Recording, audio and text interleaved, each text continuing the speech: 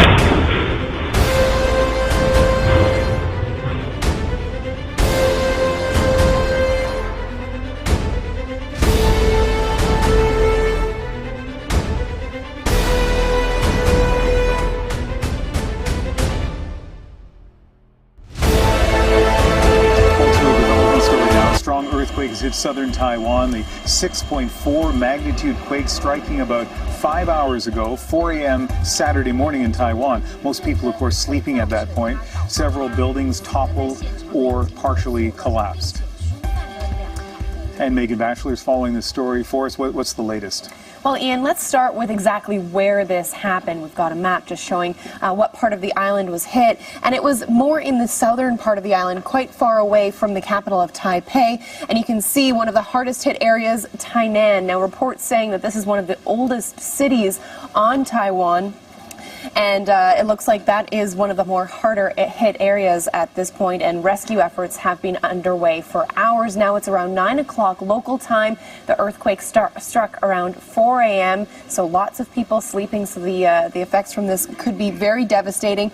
A number of buildings collapsed in Tainan, including a residential one that was 17 stories high. It had 60 units in it and 200 people living in it. At this point, the numbers are a little sketchy. They're kind of rolling as we speak. The Associated Press just coming out saying that the death toll is now up to 3.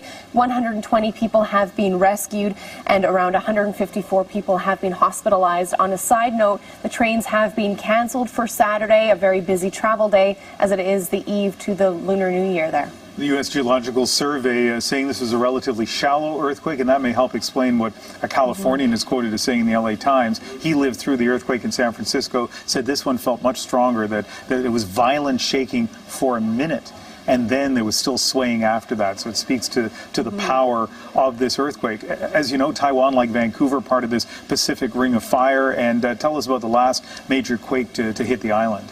Well, it does sit on 2 tectonic plates, so feeling tremors is nothing new for the area. The last deadly earthquake, though, was in 1999. That was a 7.6 magnitude earthquake that killed over 2,400 people. Tons of buildings destroyed in that earthquake as well. Before that, in 1935, there was a 7.1 magnitude earthquake, and that killed 3,000 people. Ian. So just after 9 a.m. there, I'm sure a lot more information is going to be coming out in the next few hours.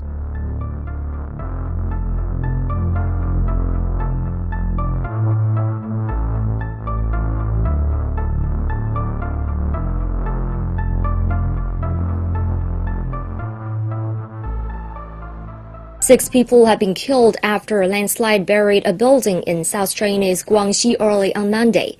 The tragedy happened in Fude village, and the building has 2 stories. The victims come from the same family. It happened at around 50 past midnight. We were all sound asleep. We heard some noise like an earthquake, and the stone dropped down within 2 minutes. I woke my family and we ran out. Local authorities have launched a safety check of all the buildings in the region.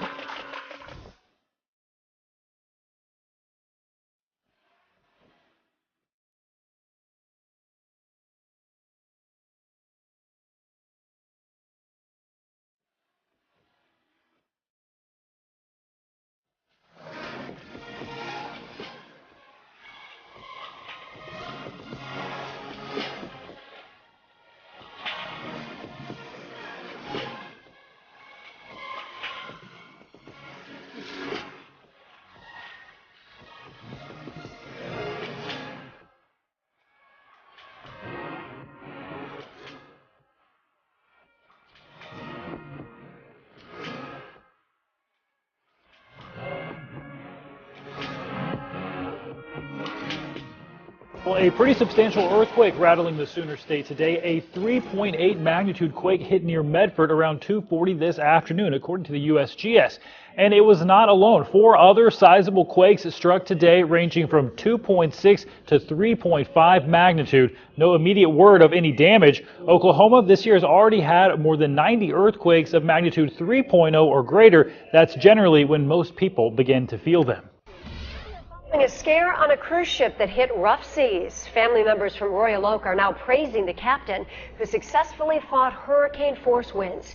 They were on board Royal Caribbean's Anthem of the Seas when it hit that storm. 7 Action News reporter Nima Shafee spoke with the family, and he's live in the newsroom with their story. Oh, even if you have a strong stomach, Nima, this'll affect you, huh? Yeah, pretty scary situation, Joanne, and just getting off the phone with that family and Skyping with them. This is a family that's taken plenty of cruise vacations in the past. This one was to celebrate the 25th wedding anniversary for Laura Barron Brown and her husband Jeff and their family. And only way they'll tell their story is to let the video and pictures speak for themselves. You lock it when it's hot, right? Oh my gosh. This is all bad. All bad. I'm so nervous right now.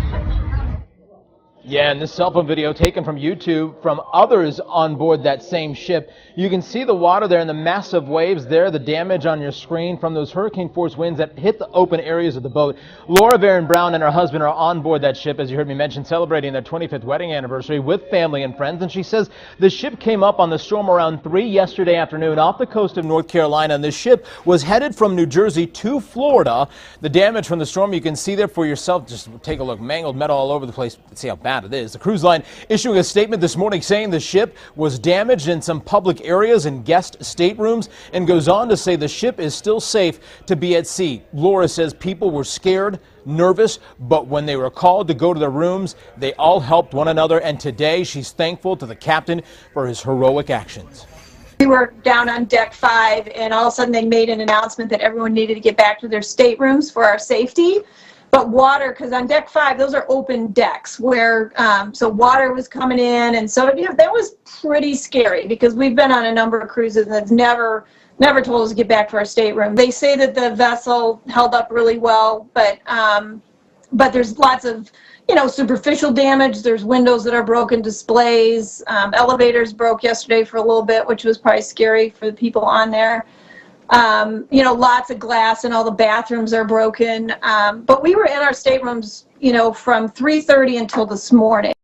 Laura goes on to tell me in that interview that the captain apologized to all on board, saying it was by far one of the worst storms in his career. She and her family and many others praising that captain today. The ship headed to Port Canaveral, Joanne, in Florida, where it will be checked out for any structural damage before continuing on to Nassau, Bahamas, if I can speak. In the newsroom, Nima Shafee, 7 Action News. There's ice that I'm breaking, and I'm also standing on ice right here. That's, I mean, to the bottom of the boat launch. Lake Geneva firefighter Jason Fisher is wearing the Mustang suit he spent 8 hours in Saturday. I've been on the department for 10 years now, and I've never seen anything like it. Thousands of people were at Lake Geneva for the Winterfest celebration. This photo was taken early in the afternoon. You can see dozens of cars parked on the ice. Signs warn drivers of the danger.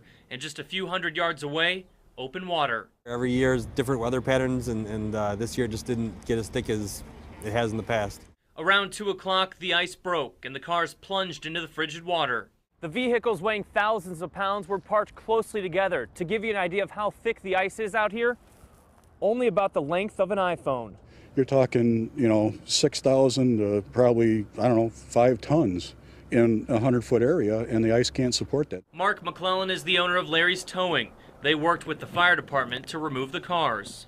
Half the cars had broken through and the other half was up on the ice. Most of the cars were totaled, but both McClellan and Fisher agree the outcome could have been a lot worse. No injuries, no lives lost. I mean, it was vehicles, and vehicles can be replaced. The China Earthquake Network Center said the quake occurred at 8:47 Beijing time this morning. That's just around an hour and a quarter ago. The epicenter of the quake was recorded at a depth of 6 kilometers, and we'll keep you updated. Weather could impact voter turnout. Northeastern states are bracing this morning for another winter blast. Parts of New England saw blizzard conditions yesterday. They created slick conditions for commuters. The new storm will dump snow and rain stretching from Washington, D.C. to Maine. Don Daler is in Plymouth, Massachusetts, with the dangerous conditions. Massive waves. Whoa. Blistering winds and piling snow created a dangerous mix that pummeled coastal communities across the Northeast Monday. At least 1,700 homes lost power in the second blast of winter to hit the area in less than a week. Snow's going to be in your face. It's going to be horrible conditions. Wind gusts hit 65 miles per hour on the Massachusetts coast, whipping up waves nearly 26 feet high and pounding seaside homes. Streets flooded in parts of Nantucket and Scituate, where some chose to leave rather than risk the rising waters. You got to respect the water and be safe. You got to know when to leave. I didn't realize until I just went out back just now how bad the waves are over the wall. They're actually hitting the back of the house, but the water's coming down through the boards, through the windows. It's not looking good. Oh, man. At least 6 areas in southeastern New England saw blizzard conditions, close to 10 inches of snow falling in just hours. The weather stretched to the Jersey Shore, where cars slogged through flooded roads. In Connecticut, a charter bus flipped when it crashed on a snowy Interstate 95. At least 30 people were hurt. The violent storm led to spinouts and accidents across the Northeast. Last winter, Plymouth was slammed with over 100 inches of snow. It started slower this year, but I have to tell you, when we got here last night, the snow was blowing horizontally and the waves were crashing into that hotel so hard, the entire building was shaking. A state of emergency is being issued over dengue fever on the Big Island. Big Island Mayor Billy Kenoy signed the emergency proclamation today as the state reported 1 new case, bringing the total number of cases to 251. That includes 2 potentially infectious cases. So what does this emergency proclamation mean, and why now, 4 months into the outbreak? Christine Oweno follows up. Chris? Joe, I spoke with emergency officials, and they told me this proclamation will help them if there's a spike in the number of dengue fever cases. But Senator Josh Green said this should have been done months ago. 4 months after the dengue fever outbreak began on the Big Island, Mayor Billy Kenoy signs this emergency proclamation, declaring a state of emergency for Hawaii County, and as stated in the document, to prevent the continued spread of this outbreak and to eliminate the dengue fever virus. We have the resources on island for the current response, but if things need to be ramped up, we would definitely want to have mechanisms in place, like I said, to acquire the resources if need be. There's now Zika to be concerned about. That's one reason. And 2, just because it's been dwindling, it could require a lot more vector control. Senator Josh Green was one of the Big Island lawmakers urging the county to declare a state of emergency 2 months ago. And so why didn't they do it 2 months ago? I think there was a fair amount of pride. That was a concern that many of us shared. I think there was some hope that it would peter out before it got to several hundred cases. Emergency officials hope this latest move does not discourage people from visiting the island. And what we hope the message the visitors would receive and experience when they arrive here is that Hawaii Island is still an excellent, safe, enjoyable tourist destination. We are open for business. Some lawmakers hope the governor declares an emergency on the state level. But I found out the state will issue a proclamation if and when a number of things happen, if the dengue outbreak requires more resources, spreads to other islands, and if the outbreak includes Zika. In order to eliminate the dengue fever virus, the proclamation is allowing people to dump tires at county landfills, which is usually prohibited. The state of emergency will continue for 60 days. Christine Ueno, KHON 2 News. A toxic situation along southwest Florida's coastline is getting worse. The red tide lurking in our water is growing, which means bad news for people, businesses, and our wildlife. The latest concentration map from the Florida Fish and Wildlife Commission showing high to medium levels along parts of Charlotte and Lee County coastlines, and Sanibel is being especially hard hit.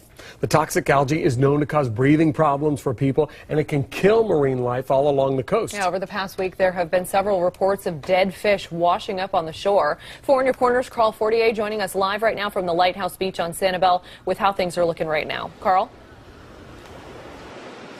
Well, high levels of red tide have been known to cause everything from respiratory irritation in people on the beach to massive fish kills that wash up on shore. After red tide was found in high levels last week off of Lighthouse Beach here in Sanibel, the problem is still being felt in this area.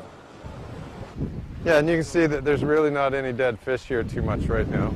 Bruce Neal is the director of the Sanibel Sea School, teaching kids about the ocean and the life it contains. He says that while the water released from Lake Okeechobee isn't causing the red tide found last week off of Sanibel, the brown water runoff isn't helping either. What scientific studies have found is that red tide events can be more intense and they can last longer if they're in the presence of these outflows of nutrient-laden fresh water. He says that's because the nutrient-rich water feeds the organisms that cause red tide, even though the red tide was already present. Well, I love the ocean, so no matter what it looks like, it's great. But I wasn't expecting it to be clear. Since this area, that's what they're supposed to have. I assumed there was just a storm at sea. Helen and Gianna were enjoying the dolphin show off of Lighthouse Beach, but say the red tide problem may have moved on to Captiva. Oh yeah, we were coughing constantly. We're trying to pick up shell, but we were coughing so much to a point you almost feel you're gonna gag. But even then, they were determined to keep on shelling. Oh, heck no, you take this, we put it up like this, and off we went. And it would be called red drift algae. Neal says he believes there will eventually be solutions to divert the water from Okeechobee that's muddying the beaches of Sanibel, but says it might take a couple of decades. He hopes his mission to teach kids about the ocean will make them want to be involved in those solutions. And then when it's their time to stand up and contribute, which it doesn't have to be a long time for a kid, it's time to stand up and say, gee, we need to do something about this, whatever it is. Now, there are concerns that the brown water from the Lake O releases may eventually affect the local economy and tourism, but despite chillier than normal temps and the brown water, there were still plenty of people out here at Lighthouse Beach. North Korea launched a long-range rocket at 9:30 a.m. South Korea time. The regime's sixth rocket launch comes just a month after its fourth nuclear test, which took place on January 6th. Now, the rocket launch took place on the first day today of a new launch window that North Korea reported to the International Maritime Organization on Saturday. First, here's our Kim Ji-yeon with the details of that launch. North Korea launched a rocket from its main Dongchang launch site near its northwestern border with China. South Korea's defense ministry said that its peace-side surveillance planes, Green Pine Radar and Aegis destroyer detected the launch just 50 seconds after it occurred. Our Sejongdo Great Aegis destroyer was able to detect the missile at 0931, but disappeared from our radar at 0936. Korea and U.S. are analyzing if the launch was a success. The rocket's first stage fell in the West Sea as planned. The fairing, which encases the payload, fell into the East China Sea 6 minutes after the launch. The second stage fell into the Philippine Sea. This marks the sixth rocket launch by the communist regime in its ambition to develop a nuclear-tipped long-range missile, and comes a little over a month after the regime conducted its fourth nuclear test on January 6th. The rocket is believed to have a range of some 13,000 kilometers, enough to reach the United States. South Korea's defense ministry says there are no reports of damage from rocket debris in South Korean territory as of Sunday afternoon. North Korea notified the International Maritime Organization on Saturday that it had moved its launch date up to sometime between February 7th to 14th, after previously announcing it would conduct the launch sometime between February 8th and 25th. Experts believe the weather was a big factor in the change, as weather conditions are a crucial factor for a successful launch. The Seoul-based Korea Meteorological Administration says there were sunny skies in North Korea on Sunday morning, while cloudy skies and snow are expected on Monday and Tuesday. Kim Jeon, Arirang News. Carnival is now underway in Brazil, which is a huge draw, with at least 1 million tourists expected there to celebrate, and now a huge concern in the nation hit hardest by the Zika virus. Dr. John Lepuc is in Brazil. John, 1 million tourists have come to Brazil. 1 million will go home. So what does all this mean for the potential spread of the virus?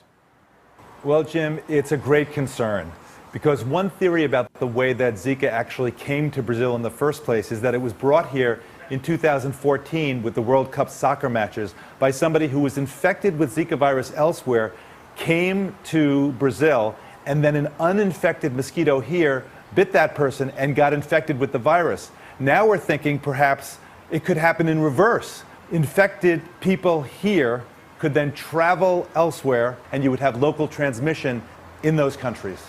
Scary scenario. So, John, we learned a lot more about how Zika is transmitted in terms of bodily fluids this week. What do we know now that we didn't before? It's been remarkable, Jim. In just 1 week, we've learned first that it could be sexually transmitted, then it could be transmitted by blood transfusion. And now, just yesterday, we found out that in Brazil, the virus has been isolated from urine and from saliva of people who have Zika infection. Now, I want to emphasize something. Just because the Zika virus is present in saliva, for example, does not mean that by kissing somebody or that you can transmit Zika infection from one person to another. We simply do not know that, and we need to have a lot more research. All right, at least 53 confirmed cases in the United States, almost all of them among people who've traveled abroad. Dr. John Lepuc in Brazil, thank you very much. Aleppo siege is creating a humanitarian crisis on Turkey's doorstep. CCTV's Mihal Bardavid reports from the border where thousands are trying to enter. There is an awkward silence on the Turkish side of the Kilis border with Syria. Turkish police, international journalists, and some Syrian civilians pace about. From their vantage point of relative safety, they can hear the explosions coming from the direction of Aleppo, as a Syrian government offensive backed by Russian airstrikes continues. We're at Kilis at the Turkish-Syrian border, and though it looks calm here at the moment, just a few kilometers down this way are tens of thousands of Syrian refugees behind closed doors waiting helplessly. Though the Turkish authorities have not allowed them to enter so far, they have delivered some aid supplies in hopes of easing some of their suffering. Across the border is chaos, fear, desperation. Syrian refugees are seen walking in lines from dusk till dawn. Children grabbing their parents' hands tightly. They have arrived at the gate, but the Turkish government has yet to open it. This unexpected wave of refugees has been challenging for Turkey. Authorities are distributing blankets and food, and it's been reported that a temporary makeshift camp is being set up. Earlier, Turkish Prime Minister Ahmet Davutoğlu told a donors conference in London he was overwhelmed by the numbers. Now 10,000 new refugees are waiting in front of the door of Kilis because of air bombardment and attacks against Aleppo. 60,000 or 60 to 70,000 people in the camps in North Aleppo are moving towards Turkey. My mind is not now in London, but in our border, how to relocate these new people coming from Syria. The Syrian government offensive and Russian airstrikes in Aleppo come at a sensitive time, as an international effort was underway for peace talks on Syria. What you have seen is that the intense Russian airstrikes, mainly targeting opposition groups in Syria, is undermining the efforts to find a political solution to the conflict. Moreover, the increased Russian presence, air activity in Syria is also causing increased tensions and violations of Turkish airspace. Russia has allegations of its own, accusing Turkey of preparing to invade Syria with ground troops and military equipment massed on the border. Turkey strongly denies any such plans. Meanwhile, desperate witnesses say Russian airstrikes are getting closer to the border. Though it's not clear when or if the Turkish government will open a crossing, it's near certain that with each passing day, thousands more Syrians will line up. Michal Bardavid, CCTV in Kilis at the Turkish-Syrian border. So Call 6 Investigates exclusive now. Are portions of aborted fetuses being shipped to Indiana in violation of a state permit? A tip to our team has led to a state investigation of a medical waste company. Call 6 Investigates Rafael Sanchez with a story you will see only on RTV6. Rafael? Todd, good evening. Those aborted fetuses from out of state should have never been driven to Indianapolis. Within the past hour, I have learned that the state's investigation into this case is now closed after we began asking questions. Let me take you to the city's west side, and there you have Medishore. That's the facility in question. I'm also finding out that they will be fined for handling fetal remains. Tonight, the shipment under scrutiny. This building was at the center of a state investigation. Medishore runs this medical waste facility on the west side of Indianapolis. In the past, it received shipments from Indiana locations, as well as Illinois, Kentucky, Ohio, Kansas, Pennsylvania, and West Virginia. But the deliveries from one Missouri group are the ones under the microscope. And it all begins with this report Call 6 Investigates, obtained involving an abortion provider in St. Louis. In September, the Office of the Missouri Attorney General released an investigation on a Planned Parenthood clinic in St. Louis, the only licensed facility in Missouri that can perform surgical abortions. The clinic's records were reviewed, and it was found to be in compliance with no irregularities. As part of the report, you can see a listing of the 317 abortions performed in June of 2015 and the companies connected to the disposal.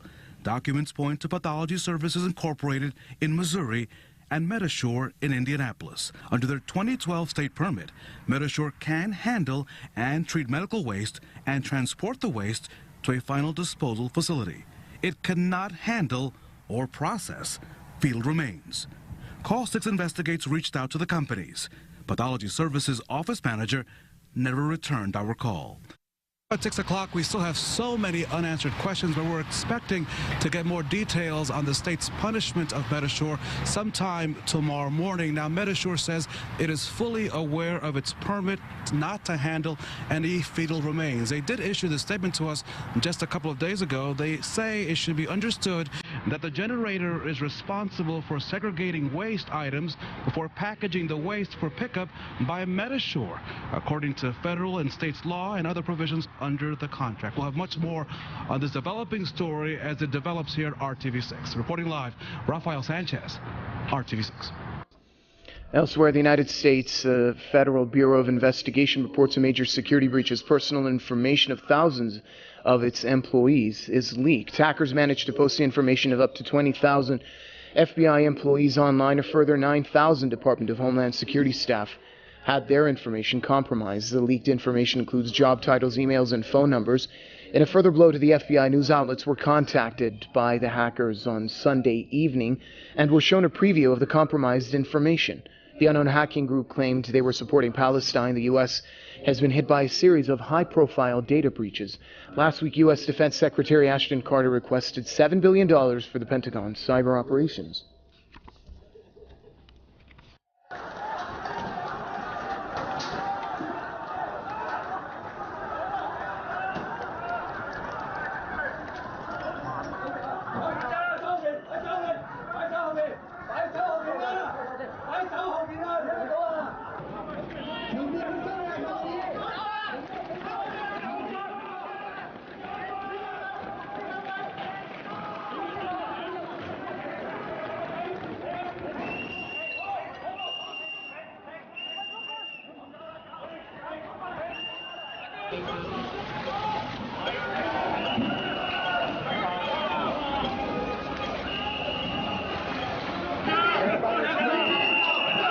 Began after local authorities tried to prevent street food sellers from operating on Monday night.